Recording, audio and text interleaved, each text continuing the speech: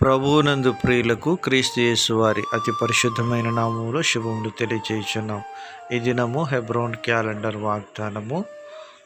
యెహోవా నీవు చేసిన దానికి ప్రతిఫలం ఇచ్చును, ఆయన నీకు సంపూర్ణమైన బహుమానం ఇచ్చును. రూతు 2:12లో దేవుడి మాటలు తెలియజేస్తున్నాడు.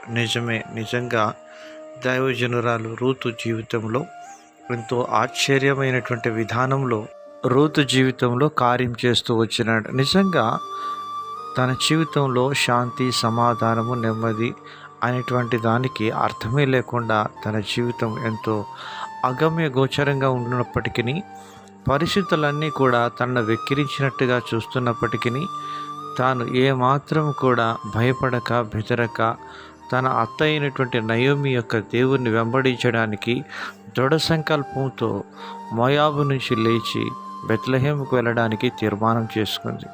నిజంగా రూతు యొక్క జీవితం ఇప్పటి తరానికి, రాబో తరానికి, భావి తరాలకు ఎంతో మార్గదర్శకం, ఆదర్శనీయం. అందును బట్టి రూతును దేవుడు అలాగనే ఎన్నుకుంటూ వచ్చినాడు. ప్రపంచానికి రూతు యొక్క జీవితం ఎంతో మాదిరికరమైనటువంటిదని దేవుడు తెలియజేస్తూ ఉన్నాడు. ప్రియమైనటువంటి దేవుని ప్రజలారా, ఒకవేళ నీ జీవితం కూడా ఇలాంటి పరిస్థితుల గుండా వెళ్తున్నప్పటికీ రూతు యొక్క విశ్వాసం నీ విశ్వాసం అయితే రూతు యొక్క ఆశీర్వాదం కూడా నీ ఆశీర్వాదం అవుతుంది అని దేవుని వాక్యం మనకు ఖచ్చితంగా సెలవిస్తుంది. కనుక ఆయన నీవు చేసిన దానికి ప్రతిఫలం ఇచ్చేవాడుగా ఉంటున్నాడు.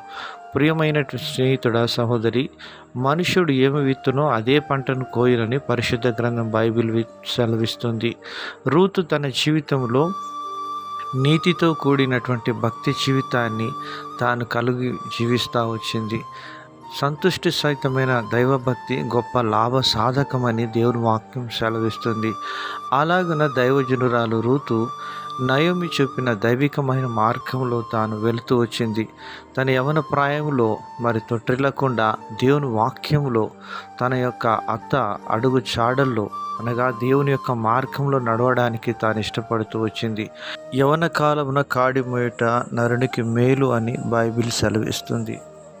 అందును బట్టి తన యవన ప్రాయంలో ప్రభు దగ్గరికి వచ్చినప్పుడు దేవుడు తనను చక్కగా దీవిస్తూ వచ్చినాడు. ప్రియమైన స్నేహితుడా, సహోదరి, ప్రియమైన యవనస్తుడా, యవనస్తురాలా, నీ జీవితాన్ని ఆయన చేతిలో నువ్వు పెట్టినప్పుడు ప్రభువైన యేసుక్రీస్తు వారు నీ కొరకై సిద్ధపరిచిన ఆశీర్వాదాలను నీవు సొంతం చేసుకొని అంటున్నావు. ఆయన నీ కొరకు సంపూర్ణమైన మేలు దాచిపెట్టినాడు. ఆయన దాచి ఉంచిన మేలు బోయాజు రూపంలో రూతు పొందుకున్నట్లుగా నీవు కూడా విధేయత చూపినప్పుడు రూతు ద్వారా దేవుడు ఎలాగ మహిమ పొందుకుంటూ వచ్చినాడో అలాగ నీ ద్వారా దేవుని నామానికి మహిమ కలుగుతుంది. మన యొక్క ఆధ్యాత్మికమైన జీవితంలో రూతు వలె మనం జీవించి పరలోకపు బోయాజును అనగా ప్రభువైన యేసుక్రీస్తు వారిని మనం పొందుకొని నిత్యము సంతోషించుదుము గాక.